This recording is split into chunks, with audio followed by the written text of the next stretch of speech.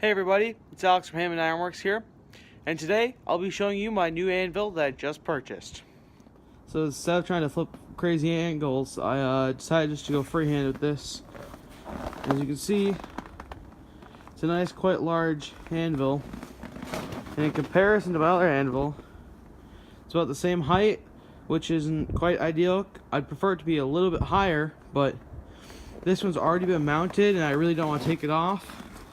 You can see someone, well, can't quite see, but someone welded on a plate right here on all four of the corners, and so you can't actually remove it easily. So if you want to get it off, you have to cut this out somehow. And that just seems like way too much effort. And if I'm going to do anything, I'm going to just put a base on the inside, because this thing's hollow right here. I can just stick my hand way in there. So I may just put a big chunk of block in the base with an elevated base on the bottom, raising it up an inch or two. But that's a project for the summer and not in the winter time, because definitely cold. It came with two Hardy tools. This is the one of the Hardy tools that actually fits. The other one doesn't. It's a little bit bigger on the shank, and it's the same exact tool. So I'm thinking maybe grind this down a little bit so it fits in there, and round this off, this top piece off, so it's kind of like a fuller, but haven't determined yet. And I'm definitely going to need to kind of resharpen that, because you can see it's been chipping. One of the biggest drawbacks to this anvil, why it didn't cost super much, is because you can see here this surface, I can just lay my finger in here. It does come to a stopping point, but there is definitely a bunch of chipping out. And as far as I know, this was just owned by a metal worker. I'm not sure if he's a blacksmith or a farrier or like a mechanic or something that just had an anvil because they needed it for some odd tasks. But this entire contraption together weighs probably 200 to 250 pounds, and it's way harder to move than this anvil. And this anvil is this anvil probably weighs in the range of 200 to 250 as well. You can kind of move it right now because the base isn't solid, but this one is. Doesn't want to move at all. And the branding on this anvil, can't quite tell, but I see a P right here, and I see an E, and there's not really much else that I can see or have been able to see on this anvil. There's an A right here, but it's just too covered up. So I'm going to have to grind this off, or at least a little bit of the paint, just kind of with an angle grinder, just a quick brush over to see if I can reveal anything more.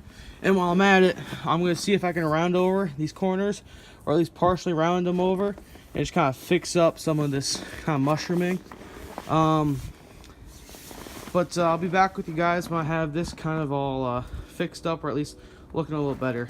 And on the other side, there isn't much, and it's just a flat slate. So back with you when I have this done. Alright guys, so I've cleaned it up, and you can definitely see top shines up nice and bright, and it's still freezing cold.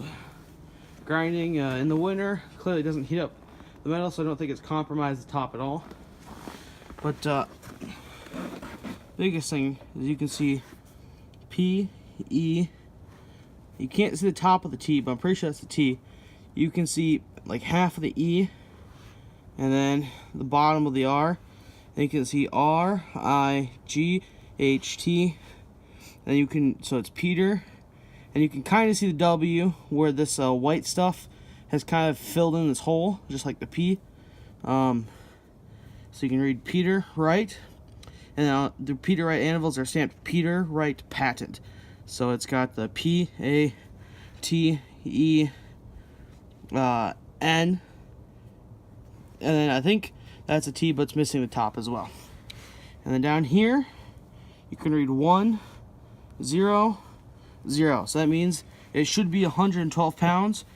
But in addition to this giant, massive metal base, you guys can see here, this stuff's like 1/4 inch thick, or thicker, probably more like 3/8.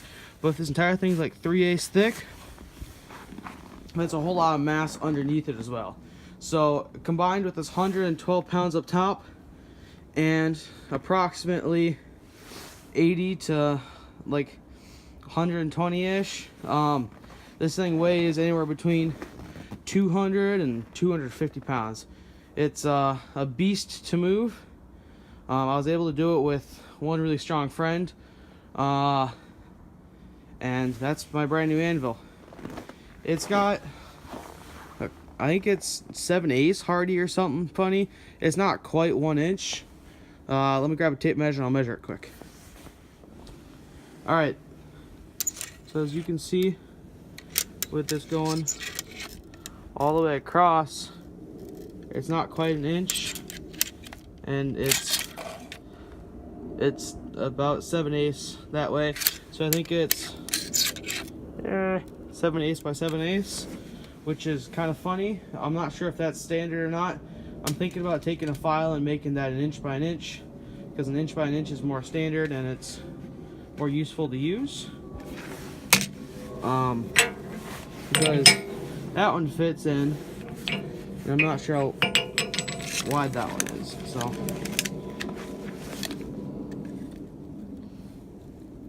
yeah, this one's only 7/8 thick, so it's kind of a funny measurement, but it seems to work. So I guess 7/8, if you're taking it 1 inch square stock, you can actually just bring the sides down and upset the top and make a pretty good hardy that way. So I'd probably just leave it that way instead. I'm contradicting myself, I know. But yeah, you guys can see, clean up the top, kind of sort of cleaned up the horn, but it was in fine condition. I just kind of cleaned some dirt off of it.